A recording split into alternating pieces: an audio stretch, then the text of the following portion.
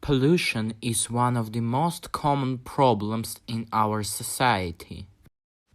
People are using both oil and gas to gain energy.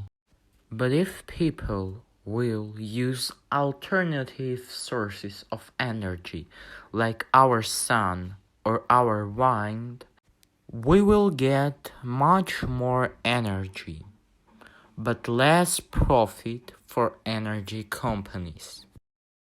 People are not thinking about our future, they are thinking only about their money. People want to take over Mars when they haven't solved the problem of hunger and pollution. For today's presentation, I will show you 3 tips to make our environment greener and less polluted. Tip number 1. Don't turn everything you see around into a dump.